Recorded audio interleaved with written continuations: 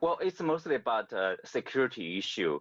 Not only security inside Afghanistan. What we are seeing is like the violence on the rise between Taliban and the government, and most importantly, the loss of lives of civilians over there.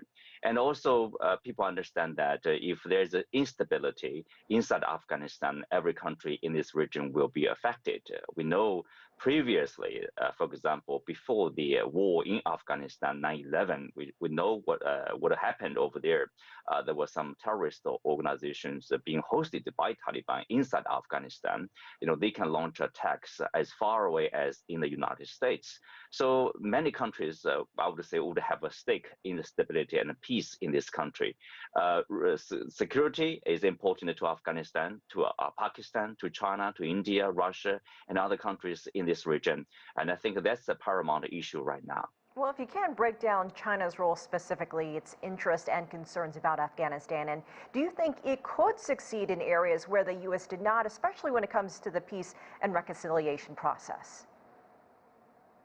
China does have, well, I would say, its uniqueness, let's say, a relationship, not only a strong relationship, but not only with the Afghanistan government, but also it has connections with Taliban. And also now we see the trilateral meeting, which is important because of the involvement of Pakistan, which sometimes people would see as, a strong, I would say they have a strong relationship, used to have a strong relationship with Taliban. So they can play a very important role in influencing the behavior and policies of Taliban now and also in the future when we talk about, for example, power sharing government.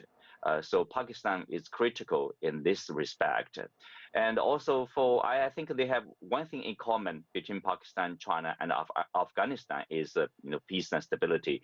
The key issue is really what kind of peace and stability, what kind of power sharing deal between Taliban and Afghan government, whether that's acceptable by both sides, by every parties inside that country. If that's the case, they can work toward that goal. Otherwise, what we are seeing is like peace and reconciliation is basically under attack. That's a challenge.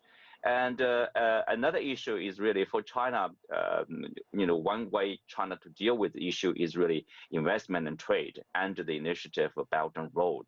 The idea is like if you have more trade, if you have more investment, and the young people would have more opportunities in finding jobs, hopefully that will help with the stability, with the jobs, with the economy for this country. Somehow that will help stabilize the situation there.